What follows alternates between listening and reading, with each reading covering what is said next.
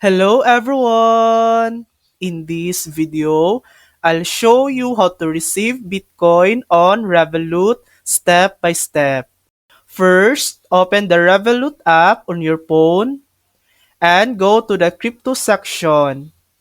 Find Bitcoin in the list or search for it using the search bar. Tap the three dots menu and select Receive. Revolut will show your unique Bitcoin deposit address and a QR code. Make sure the network says Bitcoin. Use the copy button to copy the address or scan the QR code from another wallet to receive Bitcoin. And that's it. Your Bitcoin can now be sent safely to your Revolut account. Thanks for watching! If this video helped you, please like and subscribe for more helpful tutorials.